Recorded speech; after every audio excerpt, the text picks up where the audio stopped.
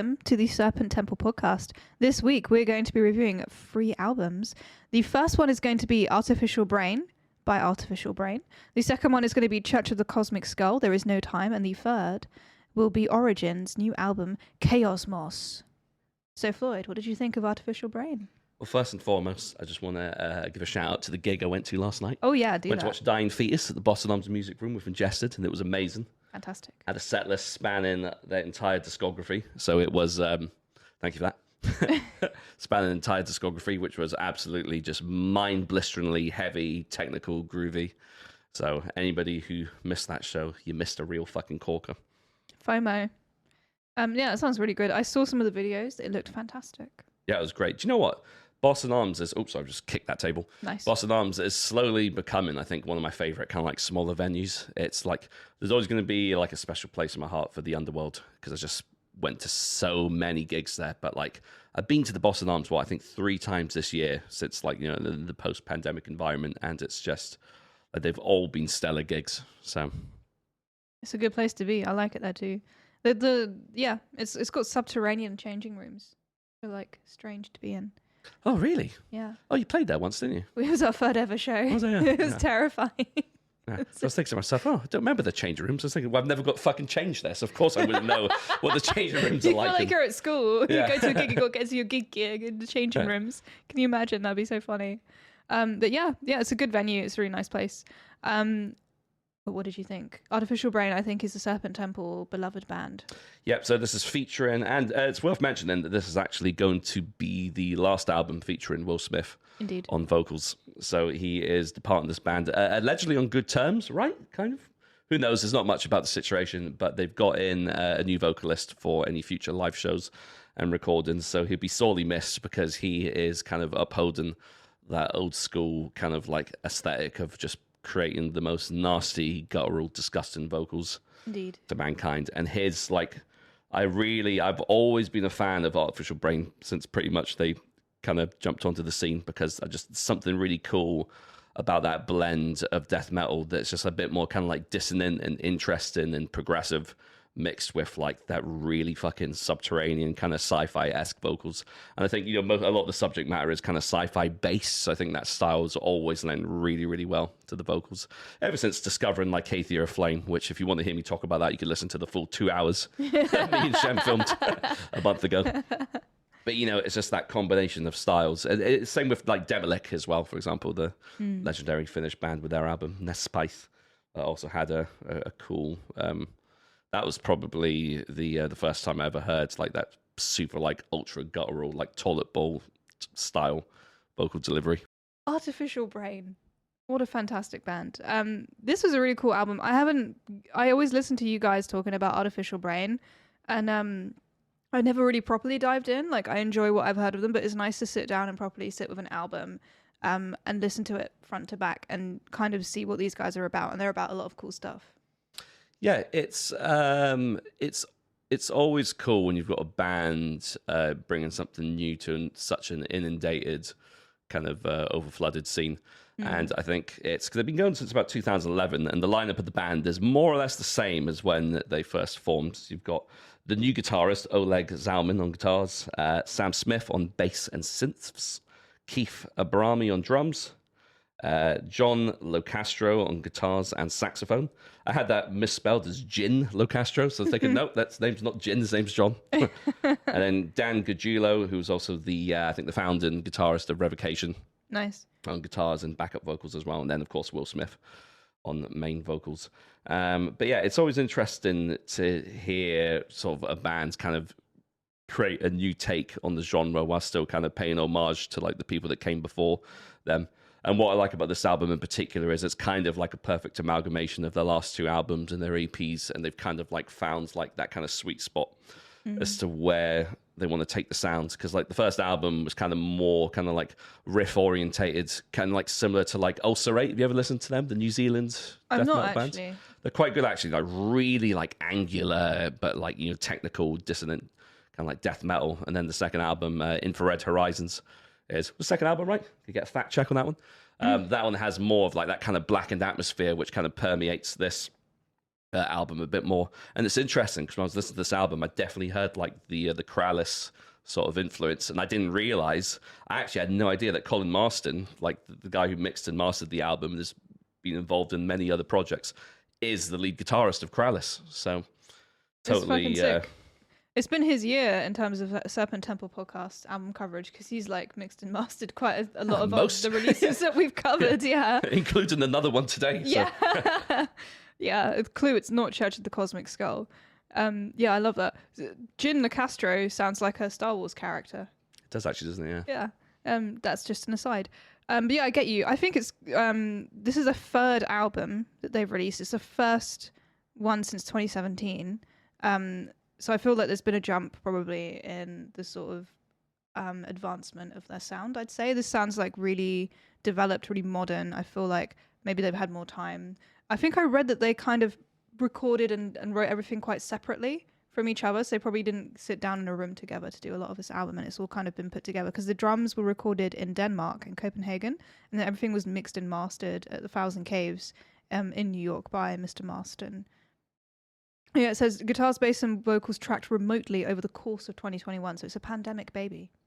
Yeah, and do you know what I think has been really interesting is you've found that during that 2 years where where everything was locked down, has kind of birthed a lot of really like interesting music, and you know that a lot of those bands wouldn't have taken that direction had that not happened. So it's just interesting to hear people's kind of like pent up frustrations and the obstacles they've had to overcome to record these albums, and how that kind of comes to fruition and create something that totally would never have happened had all this bullshit never started in the first place. It's very true. I am interested to see if there was like a way you could view both courses of time, like one without and one with pandemic, and I wonder how different the music would be. Yeah, it's, do you know what, I think maybe in some ways it might have even well, the thing is, because I don't want to put like too much of a positive spin on it, because let's be real, like the pandemic has crushed the music scene. It's crushed everything. Yeah. Yeah.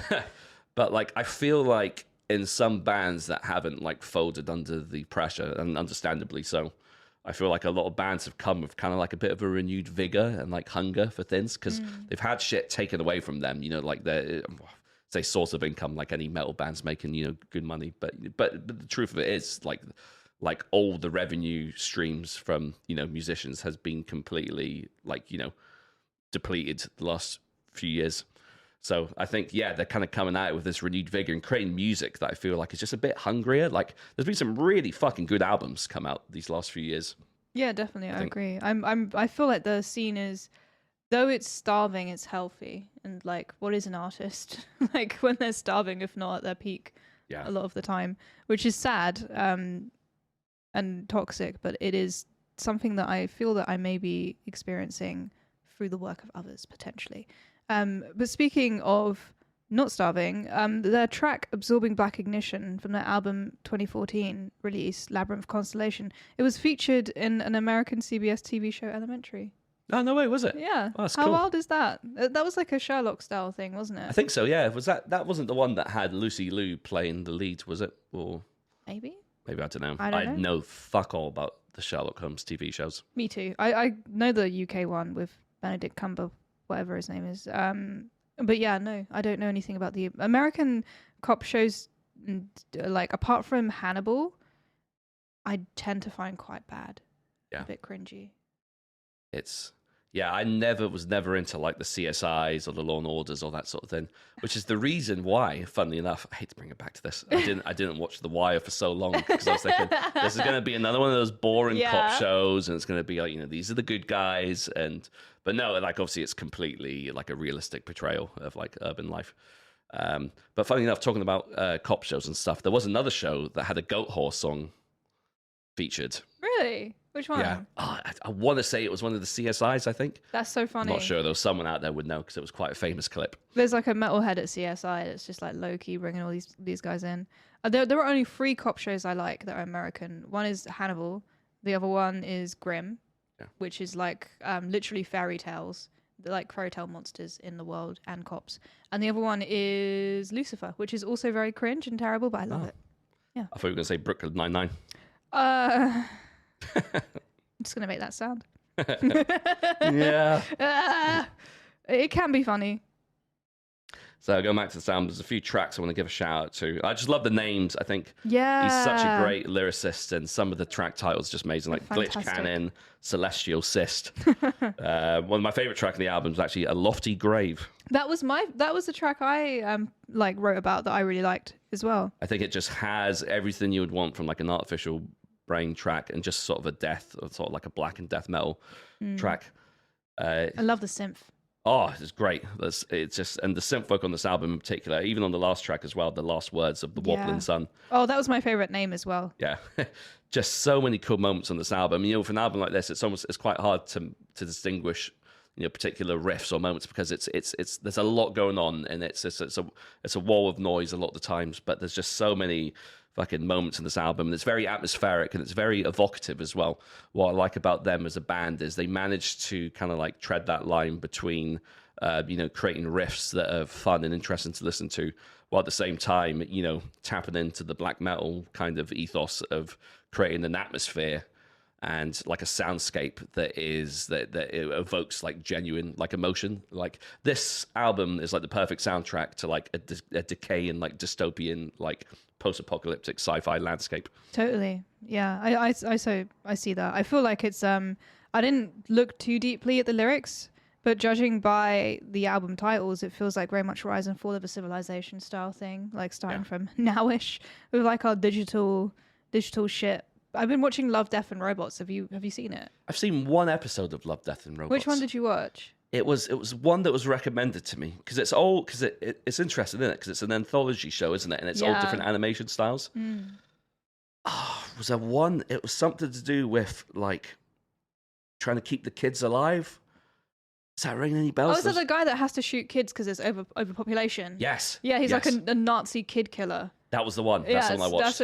That's a good one. Yeah, there's a lot of like stuff in that is so metal. It's like so death metal song style stuff. It's all like about the future and how like humans will have to survive in like a post everything world. But there's also like other stuff like Jabaro, which is fucking amazing. The best thing I have seen for years. What's that?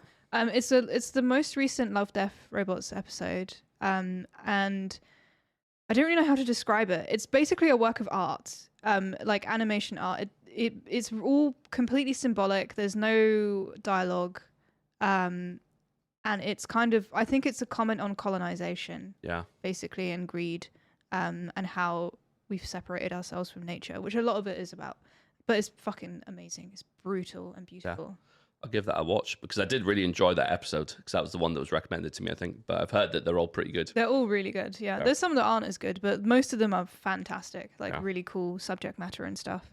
Speaking of lyrical inspiration, I actually wondered, because the track after A Lofty Grave, Tome of the Exiled Engineer, I was actually wondering if that was about the engineer from the Prometheus film. I was thinking of the engineer as well. Yeah, he looks pretty death metal. He looks like a guy you'd see at a gig. Yeah, like... I definitely saw a few engineers at that Dying Fetus gig yesterday, that's for sure. Yeah, for sure. But it's... But I think that kind of made sense because he's kind of exiled, the one they come across. You've seen Prometheus, right? Yeah, of course I have. Didn't enjoy that film. But do you know what I say? I enjoyed it more after watching Covenant and seeing how much of a pile of shit that film was. So like Prometheus is... I like looking at those films. I don't watch them expecting lofty science fiction, which is probably somewhat blasphemous, but whatever, man. I just think they look cool. Yeah. That's why I think, Dune deserves to be applauded as much as it does, because that was just a great sort of Hollywood adaptation of something that's incredibly dense. We need more sagas, like epic sagas. I think we've been kind of... I think a lot of studios expect people to only want like gritty stuff and stuff with like a sense of the brutality of reality. I hate that rhymes. I'm becoming a death metal lyricist as we review this album, the more it happens. But yeah, like, the kind of Game of Thrones effect where everything's got to have some kind of brutal element that isn't necessary. I miss the 80s fantasy where it's just like, there's a cool place and we're walking through it. I miss that. Can't we have more of that? Yeah, less violence. I don't mind violence, but I think it's all gratuitous at the moment. Yeah. People are so desensitized to that shit as well. So this is a bit of a weird segue, but like I was talking to my mum the other day, and like, do you remember like that fucked up thing on TikTok where like that guy like shot himself? Yeah. And people like, I can't remember if it was on Facebook Live or something. Somebody downloaded the video, started posting that under like cute dog tags or like, you know, like tags that kids would see on TikTok. That's so fucked. And it's just, but it's funny because like I remember, well, it's not funny, but I remember being in school like before the internet was like blocked off and they put like all the proxies on and stuff. And you'd be able to get on like rotten.com in school and like all the kids in my class would just love and just laugh at And like they'd all that show sort each of shit. other. Yeah, and I'm just like, I was never into the gore thing, but It's really strange. Like, Yeah. I'm watching The Boys at the moment, and like, it's really gory. But I feel like they're doing that to be like, yeah, isn't this weird? Yeah. Isn't this weird that we're like so desensitized to this? But if you see a nipple on Instagram, fuck you. Like, that's so strange. so I'm guessing season 3 is pretty gory as well because I thought, yeah, okay, well, that's to look forward to. It's not just gory; it's like sexually gory as well.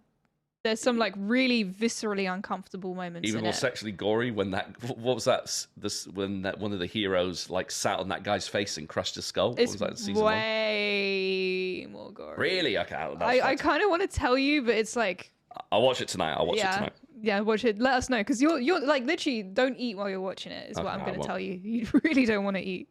Right, back to the albums. There's a few other things I want to mention, which I only found out just before we started recording. I had guest vocals from Luke LeMay, so legendary death Indeed. metal innovator from Gorguts. Yeah. And the, forget the names, but the singer from Nocturnus as well. Yes, that would be Mike Browning, I believe. There you go, good job. Yeah. Um, And Paul Panguntalan from Miasmic Necrosis. not familiar with that band. Well, me neither.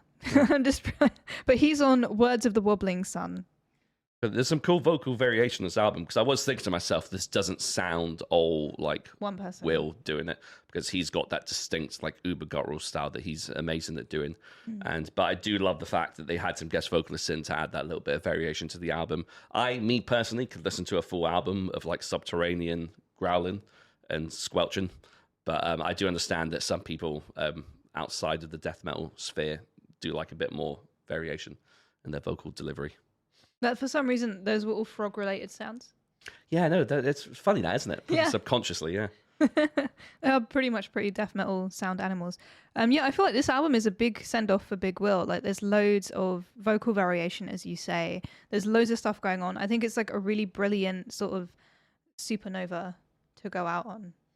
Yeah, a good adjective to use as well. The last track being the last words of the wobbling sun. Indeed. You know, they found a roaming black hole in the Milky Way. Really? Yeah, and it's not super far from us. Yeah. So that come anywhere near us would be fucked, right? Oh, I would yeah. imagine, yeah. Yeah. Do you know about spaghettification? Oh, is this where you go through the black hole, then your body kind of like It gets really long, like Yeah. a spaghetti, and you just like get spaghettied into the black hole. You unravel into it. would not be really fucking painful as well. Yeah, it'd be super painful. Yeah. It's so wild. Can you imagine? I can't. Mental. Yeah, absolutely crazy. But yeah, I think this is a fantastic album. I really like this album. I think it's just death metal at its peak. Both albums this week are in their own way, which I think is beautiful. I love that we have so much variation in this scene. Yeah, no, it's good, and they've always been a welcome addition to the genre, and they'd be interested to see what they do next with the new vocalist. Once again, I forget who's joining the band. It is an established member of the scene from another band. Remember who it is, Shem? That's who it was. Yeah, because it was something a bit left field, wasn't it? Yeah, it was. Was it the guitarist of Inter Arma, or it was the actual singer of Inter Arma is joining the band? So, okay. That is interesting. So I will be keeping my eyes peeled to see, and ears to see what they do next. But as it currently stands, what a run. There's 3 great albums with Will on vocals, so it'll be exciting to see what Will and Artificial Brain do next. Absolutely. I think good on you guys. 10 out of 10. Fuck yeah. Let's move on to Church of the Cosmic Skull. Something completely different. It is indeed. Is this your first time listening to them? So I had no prior knowledge of this band before listening to this.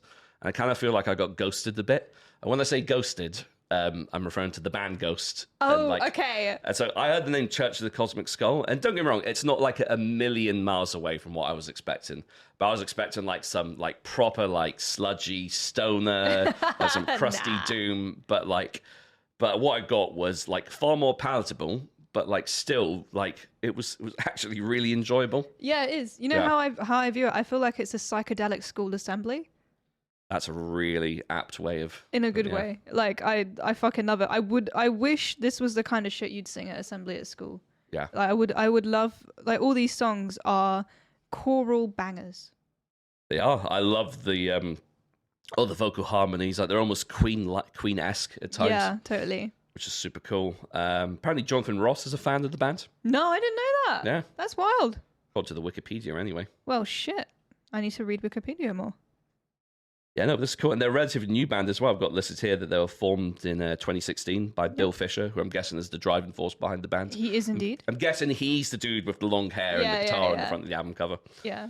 Yeah, and you've also got Joanne Joyce on vocals, Caroline Corley also providing the vocals, Michael Weatherburn. What a cool name, Weatherburn. Weatherburn. Yeah, on keyboard and vocals. Joe Stone on the electric viola. Sam Lloyd on bass. I'm guessing not the same Sam Lloyd that was in Scrubs. Well, it wouldn't be because he's dead. Oh, so, well, there you go. So that rules that out. Lawrence Stone on drums. But yeah, this was just a really easy to listen to, but still quite musically challenging album. Like, you could tell that they're very adept at playing the instruments. And, you know, you could, because the thing is, when you've got music that's like, you know, more commercially viable and a bit more like radio friendly, I think it's quite easy to dismiss that music as easy to make and being a bit more lowbrow than say something like Origin, for example. But the truth of it is, I think it's probably harder to write something catchier.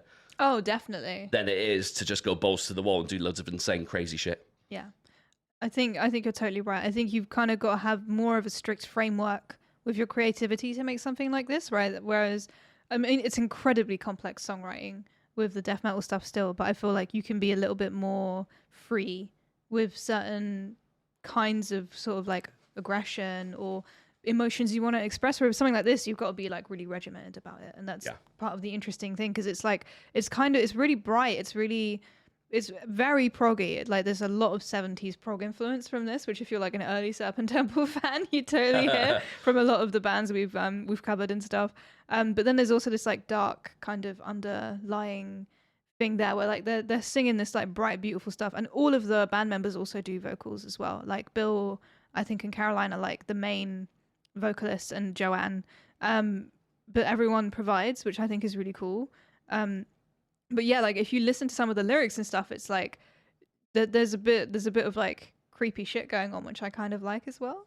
Yeah, I mean, like some of the track titles, like "Last Words of a Dying God." Yeah, it's like a Celtic Frost song. Yeah, it really is.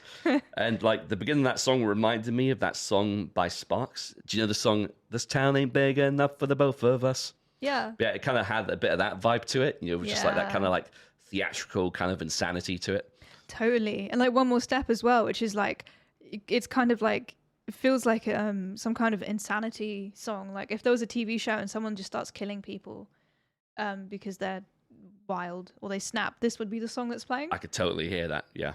And like one of the I couldn't find the actual lyrics, but I remember I picked out "Wave goodbye to your family and friends, you'll never see them again." Nice. It's like you're taking one more step, like to all these, it's like getting slightly more extreme every single time until I think there's like some kind of revolutionary aspect, which I think is cool. It's a really interesting song.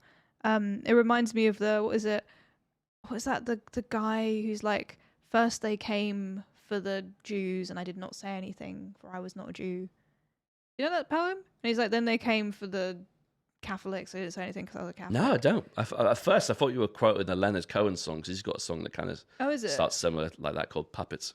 Oh, well, there was like a school poem thing that you had to read when you were at school. It was like an AQA poetry book. I done oh god, excuse me, standing on one leg. Carol Ann Duffy. We did Carol Ann Duffy. I didn't like her stuff that much. No, and then there was one that was done in like a Scottish dialect. Oh, the newsreader. Yes, that one. Yeah. I remember reading this. I was thinking everyone else in my class was just like, "What the fuck is this all about?" I was like, "I actually understand this." Yeah, I like that one actually. It was like written phonetically. Wasn't it was really fun to read it. Yeah, it was like nay and stuff like that. But then there was like that was in the same. That poem was in the same book as that, and then also in like near the Scottish guy there was like a poem called Half Caste. And it was like supposed to be read in a Jamaican accent. It was Yeah. like, excuse me, standing on one leg when the weather is like sunny and Yeah, I cloudy. remember that one. Yeah. But like, I'm pretty sure people at school would read that in like a very strong Jamaican accent in a very inappropriate way. I'm pretty sure they got the Jamaican kid in my class to read that one out. No. Yeah. For me, they made me read Presents from My Aunts in Pakistan. Yes, I And remember they that made one me as well. like Just pronounce all the stuff right, even though I'm not Pakistani. Yeah. Yeah. That was mad. But like half caste is like seen as an offensive term now, right? Because isn't that what the poem was getting at? The poem was saying you're saying I'm like half something when I'm like a whole person, kind of. Exactly, because it's the idea that you're half okay and you're half not okay. The fact that the half is like supposed to be a signifier of like your worth is fucked. Yeah.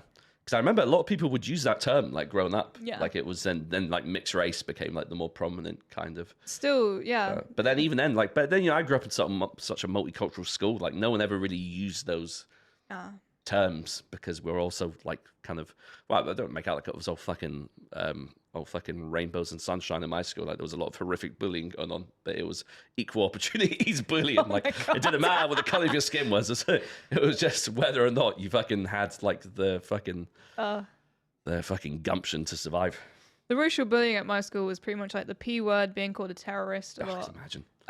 Like after 9/11, it was just RIP basically. I mean, you probably would have started secondary school in 2001, Yeah, right? yeah. It was. I remember I was in primary school when it happened. It was my last year of primary school.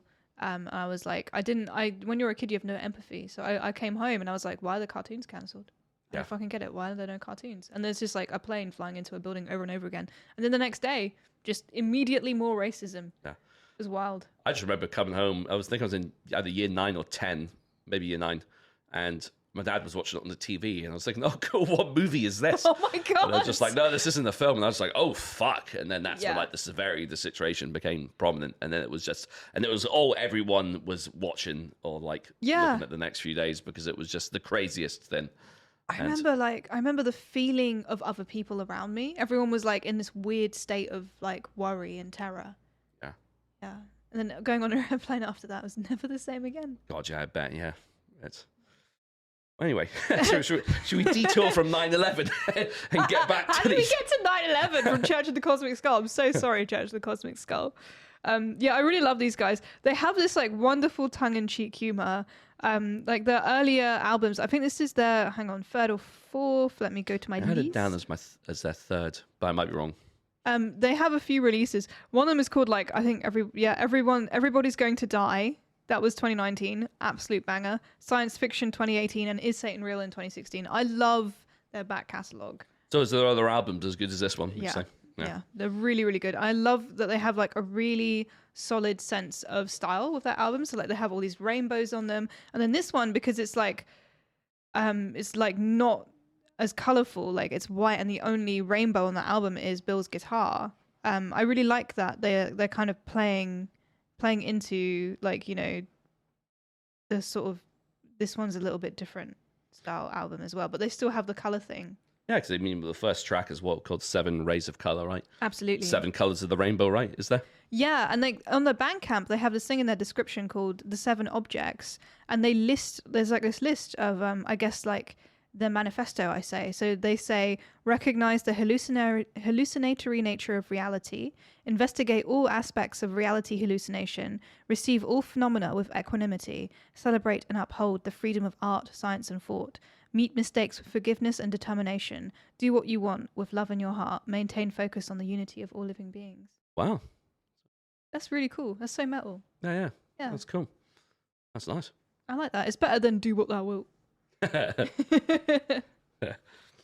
But yeah, it's God, there's a few moments on this album that I just want to give a bit of a shout out to that I really enjoyed. The track Now's the Time has got like a serious cool groove in it, like that old school kind of 70s groove and swing. Totally. But like you said, from the bands that we reviewed early on in the podcast, I really like the last track actually, We Lost It Somewhere.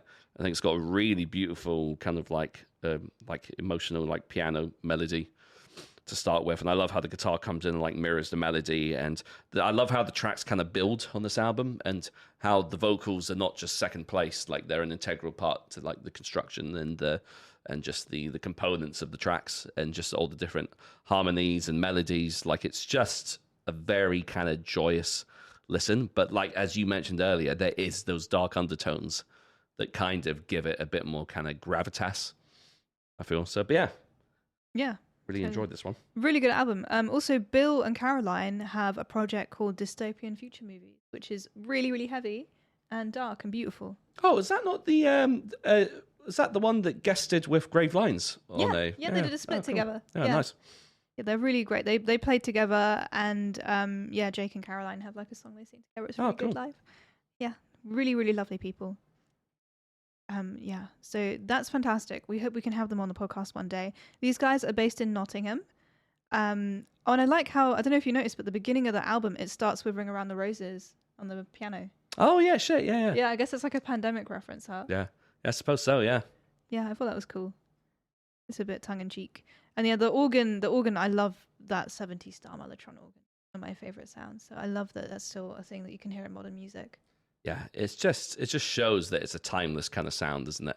It's like, and I was actually reminded by Kansas a lot on this album. Oh, Didn't nice. really listen to much Kansas, but I feel like the guitar tone is quite similar, and it's just like it's really clean, but like got enough distortion that it has that like oomph and that low end to it.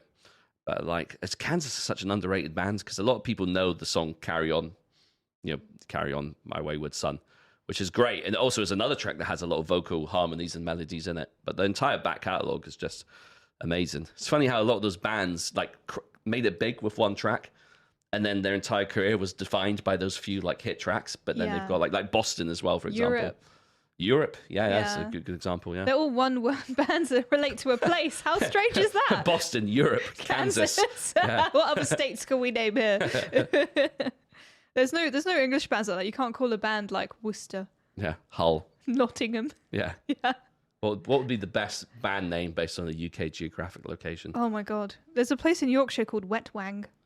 That's amazing. That is very good. And if I was thinking to myself that there is a place that my mum visits in Scotland, and it's meant to be one of the most beautiful parts of the country, and it's in Aberfeldy. But it's called the Berks of Aberfeldy.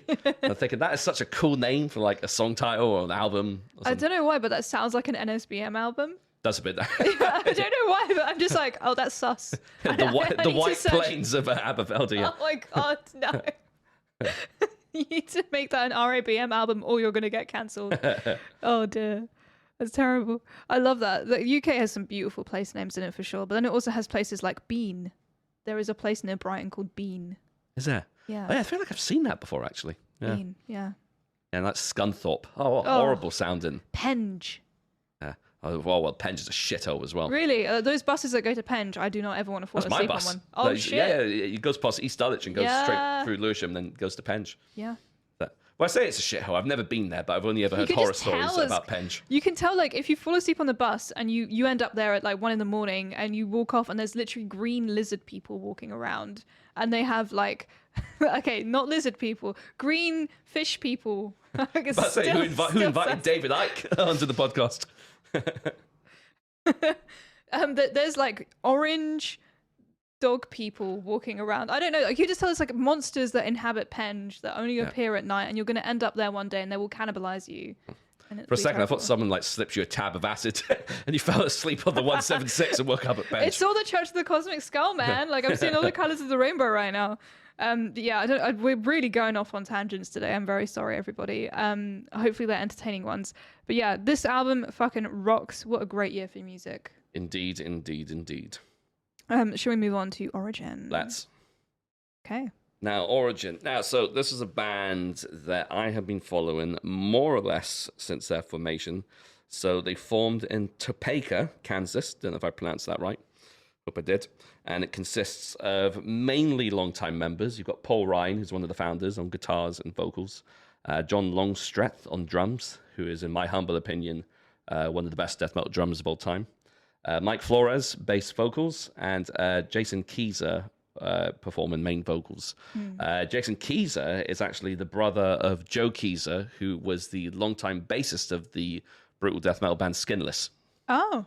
And Jason actually performed vocals on one of the Skinless albums. It was one after their singer, can't remember his name, left the band, and he performed vocals. It was the Trample the Weak, Hurdle the Dead album, which is pretty good. And I think it was through those connections that he ended up landing the Origin gig because Origin used to have another vocalist called James Lee that performed main vocals up until about 4 or so albums ago. Cool. So I think this would be Jason's. It's either his 4th or his 3rd album on lead vocals here. But it's a very similar style to the earlier albums. But anyway, so when I first started listening to this band, it was with their second album, Informus, Infinitas, Inhumanitas. It's only 27 minutes long, but it was, at that time, it was the fastest, heaviest, craziest shit I'd ever heard. And to this day, it still stands up as one of the most insanely like frenetic and like fast-paced albums of all time. Like, and it has like, and that's largely down to John Longstreth as a drummer. Like, he's an absolutely phenomenal drummer. Their entire back catalogue is amazing, in my opinion. There's a few albums where I think kind of slumped a bit, which I think is just natural in a lot of bands' careers. But I feel like, personally, putting things back to the present day, I feel like this album is a 100% a return to form for them, and I heavily enjoyed it. Yeah, it's really impressive. I've kind of passingly listened to Origin and been like, yes, this is fantastic and blistering. So it's nice, again, to sit down with an album and just like properly experience a band. I was so impressed. And like, as you say, Longstreth, I think definitely is one of the, like a very strong member of the band. He's also in like Hate Eternal, Malefic Throne. He plays live with Misery Index, a band we recently covered. He's ex Gorguts, and as you say, Skinless and Dying Fetus and Exhumed. So like a lot of really fucking huge bands with insanely good back catalogs. Yeah, I think he played in Angel Corpse as well. Yeah, it says Angel Corpse, Red Chord. I didn't want to say everything because there's so many. It's like that with death metal musicians. You look at their other bands and it's just like fucking like 2 pages long. There's so many. I can't imagine being in more than like one band. So being in that many is like, there's so many rehearsals you've been to. That's so wild. I mean, he sounds like he's played in loads of bands because he's fucking skilled as hell. Yeah. Like his single leg fucking blasts and his gravity blasts and all the sort of like super fast techniques he does, he's massively on point. And like I was showing you some of the videos of him playing on the showcase for that company that made those symbols. I think they were mine symbols. Nice symbols. It said PP on them. Yeah. Oh, did it? Yeah, so maybe it is mine, although. But they do look really nice, right? They're cool looking symbols. But like he looks like he is fucking using about 10% of his power. I know, he looks so calm. He looks like he's drumming in slow motion, but the music's going twice as fast. It's so strange to watch. Yeah, it's beautiful. And also, as I was saying earlier, another album that was mastered by Colin Marston. Colin Master of mastering. Masterer. Masterer. And mixed by Robert Rabick, who I had no idea who that was, but there wasn't much information about him. A nice name to say out loud. Yeah. Yeah. And they used to be on Relapse, so this is, I think, their 3rd release on Agonia Records. Yes. And I think they had an album on Nuclear Blast as well. But anyway, back to the album itself. So it's just everything you would expect, really, from an Origin album. Like it starts exactly how you expect as well, just like crazy, immediately blistering. Oh yeah, just like super fast drums, like the bass is going off. It's crazy how the drums are so fast, but the bass and the drums are so locked in tight as a rhythm section, which really is a testament to how competent of a bassist he is as well. And just the guitar work is just absolutely frenetic. Like there's loads of like neoclassical style sweep picking. There's those like cool tapping bits. There's some really cool, like even almost like slammy parts as well, like that are slower and more dissonant kind of riffs. There's just a lot going on, and it's just absolutely like I need to listen to it again in a few more times to fully digest it. But the first track I loved, Ecophagy. The title track I thought was great. It just riffs like a motherfucker. Just one of the best rhythm sections I think in the death metal scene because they're just so ridiculously tight.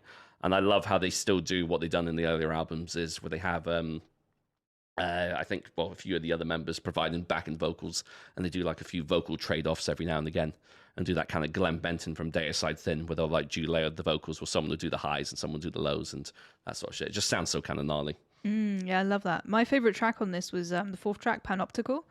It's a great track. I love the sweep picking on that track. I think it's sweep picking. I'm not a guitarist, maybe it's tapping, but it's like some really fucking cool arpeggiated shit at the beginning. I think it's sweeping and tapping from what I heard. Yeah, so yeah. It's swapping. Swapping. Teeping? I don't know. But yeah, like it just sounds really, really brutal and heavy. I love that like contrast between like the kind of slow but fast, and then the sort of the textures and layering they use it's like it's good because it constantly had my attention, which is very difficult to do with music this dense. I tend to just sort of enjoy the overall sound. But with this, I'm constantly picking out details, which I like that. It's really delicious to listen to. It makes my brain go burr, which is good. I think a lot of that can maybe even be put down to the production, because I feel like sounds-wise, this is one of the better Origin albums. Yeah. Because I think that was a few of the complaints about some of the more recent ones, was it just sounded a bit more muddled and a bit flatter. But yeah, so the good old Marston has done a good job with this. What did you think of the track Decolonizer? Because to me, that sounded like a tech death Carcass song. Yeah, there was some like really cool groovy shit. There was some harmonic minor stuff going on throughout some of the tracks as well, which I obviously really enjoy. I like it. I love obviously anything called Decolonizer gets points with me as well. Anything anti-colonization. I'm there, like 10 out of 10. Yeah. Yeah, what did you think of it? Yeah, I love that track. I thought that was something a little bit different for the band. I do notice that with every album, they kind of do something a bit more, like they're not just treading the same ground over and over again. They've got a distinct kind of hallmark sound that they go for, which is mainly like intense speed. But like there was on the album before, there was like some more deathcore elements, and I feel like on this album, they've tried to encompass like some of the wider facets of the death metal genre. There's some riffs that remind me of Morbid Angel. There's parts that sound a bit more like Immolation, like this track, which sounds a bit more like Carcass. And I think even with the vocal delivery being more like kind of a higher register as opposed to the growling. And yeah, it just has an almost like even Meshuggah quality to it sometimes, like especially the breakdown on that track, Decolonizer as well. Sounded a bit more, like super rhythmic and like pulsing. So I think they've done like a fantastic job on this album, actually, because to be, 8 or 9 albums, however many albums it is deep in their career, and to still release something fresh is not something a lot of bands can really claim to have done. Totally. Especially in the tech death genre, when it's really, when you're playing that, when you're fitting that many notes into like a 40-something minute album, there's only so much ground you can new ground you can cover in newer releases. So. Yeah, it's impressive that you're that deep into your oeuvre and you can produce fresh stuff. I think that's really impressive. I really also liked Heat Death, like the last track, where they have this like they're kind of experimenting with like the electronic manipulation of sounds. They have this like weird, gainy, bubbling electronic stuff. Like I wrote down that it sounds like cursed ASMR. Yeah, that's absolutely spot on. Yeah, that's such a cool outro to the album as well. Yeah, I loved it.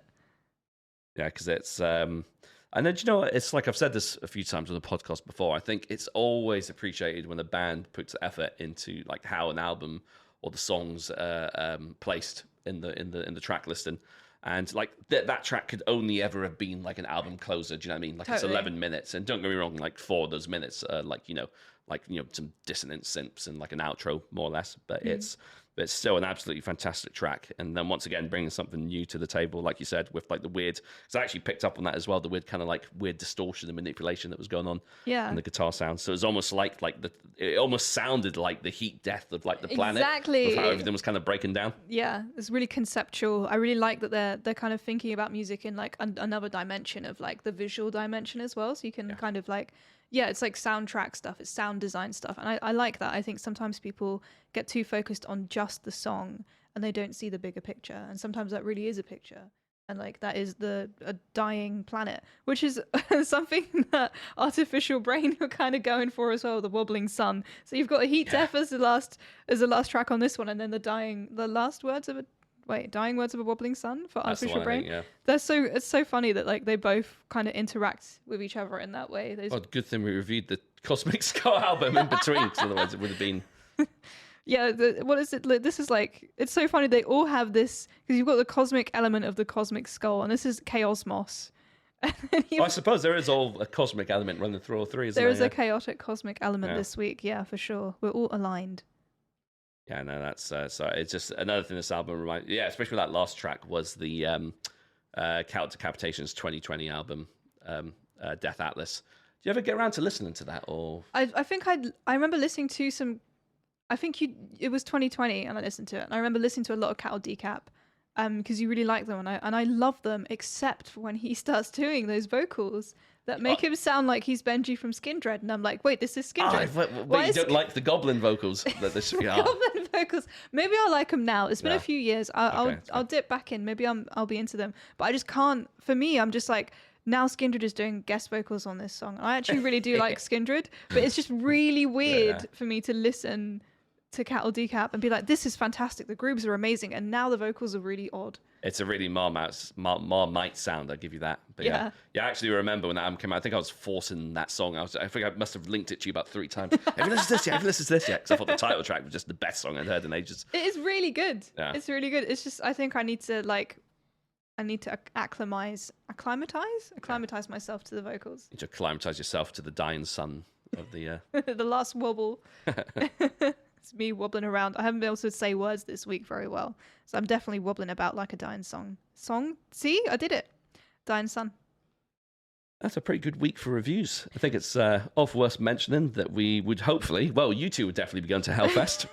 Well, you say that. I don't want to jinx it. All the planes have been cancelled. But fingers crossed this time next week we're going to be sweating our butts off in a field. Yeah, so it's going to be amazing. We've done our Hellfest special lineup special. Well, we've easy for me to say, Christ. And it's pretty much the same as that lineup, right? I think there's been a few additions. There's been a few additions. There's been a few. Ohm dropped out. What sick band? Oh, Car Bomb. Oh, Car Bomb are now playing. Car Bomb are playing the main stage, which is going to be sick. That's going to be cool. It'd be cool to they're playing the main stage as well. That'd be cool to see like all the bemused faces of like the people waiting to see like Kiss and shit. And... Oh my god, yeah. This is I think legit the last time Kiss is probably going to be playing. So a tour. Is this the last show on their tour? They've got it's no not show. the last show, Okay. I don't think. But they've pretty much said like we can't keep doing this. Yeah. And like I saw them about 8 years ago play Hellfest, and they looked tired and old back then. Jeez. So I can't imagine how they feel now. Yeah, I mean they've all got to be pushing 70, right? I would think. Maybe more. Let's see how old Let's how old is Gene Simmons? Sean Jimmins. Sean Bimmons. Bean Dimmons. Seaman Jimmins. Yeah, it's definitely an I'd unhinged say- one this week. Yeah. Gene Simmons' age. He's 72 years old. Oh, well, that's about as old as I thought you'd be. Nick Simmons is 33. Paul Stanley's 70. Paul Stanley said some real boomery shit recently. He says I think he said cancel culture. The things that people cancel culture is worse than what we're trying to cancel. Yeah, that just sounds like some weird like tongue twister. Or that cancel culture is worse than that. So he's saying that canceling a thing is worse than the thing you're canceling. So if you don't like someone who's been very bad and killed someone, you're worse for wanting. But no one, I don't know, whatever. Like no one's trying to actually cancel anyone. Yeah, I can't wrap my head around that one. Just too sleep deprived for that. That guy is. I mean, wow, really, just some. Crazy... Yes, with a bit of luck, we'll be Hellfest, and we've got some interesting shit coming up for the podcast when we get out there. We can ask Paul Stanley to elaborate on his statements, and then be sure, banned from Hellfest. I'm sure we'll get priority for that interview. It was such. It was like, no, cancel that one with fucking Serpent Temple with Rolling Stone. I've got an interview with Serpent Temple. Yeah. Hopefully we'll get a few good ones either way. Or what we should do is go there with Rolling Stone stickers over our mics. We could totally not that we're going to do it, but we could do a Vice documentary about us pretending to be Rolling Stones as Serpent Temple going to Hellfest and like having fake interviews with people. What I would love to do is that would be cool. Is like what the guy from the Red Chord done at the Maryland Death Fest once. He went there pretend to be like a quote unquote normie. I was like speak to death metal with all like the punters there. Yeah. And then just saying like loads of like dumb shit to like get reactions out of them. I'd love to do that as well. My god, that'd be so funny. Then part of me's just like I don't really want to fuck with people. Friend, like the vibe there is so nice. Yeah. That it maybe in the VIP area, if we see someone who's being a bit like egotistical, we go up to them and be like, "Oh, so what band do you like? What is this place?" I'd love someone to do that thing that Jimmy Kimmel done as well. Go there with the fake band names to. Oh my god. And catch out all the metalheads. We could probably do that pretty easily, to be honest. Yeah. But then again, like there's so many bands playing there. We could probably make up a name, and that band's probably playing there. I mean, I got an email earlier of like bands that are available to interview, and they have it's like reading someone's nightmare. So here's the bands we can interview on day one: Sleazies, with lots of Z's, Heart Attack, Beyond the Sticks, Death Decline, Forest and Blood, except one, Perseid, Red Morning, Tank Rust, Theraposa, Exhorted Spears Stengar. Stengah. Oh, it must be named after the Meshuggah song. Oh, we can actually interview Interferum. Maybe we should do that. Are they I like okay? Trank, Frank Gorod. Welcome X. Oh, Gorod. Gorod. We can interview Gorod. Gorod. Yeah. They're good. They're a great band. There's a band that's just called 6 minutes 33 or 6:33. There's some like really wild band names here. Yeah. That's cool. Yeah. Gorod would be cool. They're a great technical death metal band. Is it? Yeah. They sound familiar, but I think I just thought maybe it's a Zelda thing. That's the most London you've ever sounded. You literally just went, "Is it?" Oh, is it, fam? Is it though? Is it though? Yeah, I'm a bit London today. I don't know why. It must be the heat. It's just made all the class seep out of me. But yeah, it's been a wobbly one. The last wobble of a dying Serpent Temple this week. I got a good time to end it, I think, before Shem spontaneously combusts. We've been so professional and consummate. Thank you so much for listening to us, guys and girls and others. It's been a pleasure to talk to you. Feel free to suggest things for us to review. If you're going to be at Hellfest, give us a shout. We'd love to hear from you. And yeah, thanks, mate. Thanks for listening. Goodbye. See ya, fam.